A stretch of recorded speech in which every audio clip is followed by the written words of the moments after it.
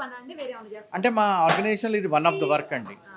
ఇది కాకుండా హెచ్ఐవి వాళ్ళకి న్యూట్రిషన్ ఇస్తుంటాము. ఇంకా? ఇంకా ట్రాన్స్ వాళ్ళకి కొంచెం సపోర్ట్ చేస్తుంటాము. ఓకే.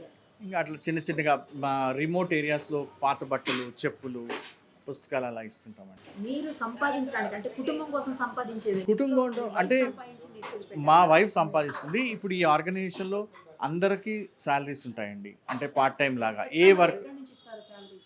డొనేషన్ తోటి ఇస్తామండి. ఇప్పుడు పాత బట్టలు ఇచ్చే వాళ్ళు కొంతమంది అడుగుతారు, ఈ బట్టలు ఒరిస్సా పంపించాలంటే, సరే జార్జ్ ఈ ఖర్చులు పెట్టుకోండి అని ఇస్తారు. మేము అంతా రాస్తాం, దీనికి పంపించడానికి ఇంత, ఒక మనిషి ఉండడానికి వాడికి ఇంత ఇవ్వాలి వాలంటీర్గా అని. సో డొనేషన్స్ వస్తున్నాయా? చాలండి, వస్తుంది. ఎక్కువ వస్తే కూడా ప్రాబ్లము. అది కరెక్టేనండి.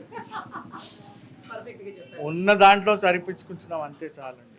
ఇక ఎవరు లేనప్పుడు మీరే సొంతంగా పెడతారు. ఎవరు లేకుంటే మేమే వాలంటీర్గా చేస్తాం. కానీ దేవుడి దయ వల్ల అట్లాంటి పరిస్థితి రాలేదు. ఎవరో అర్ధరాత్రి వచ్చి బియ్యం ఇచ్చి వెళ్తారు.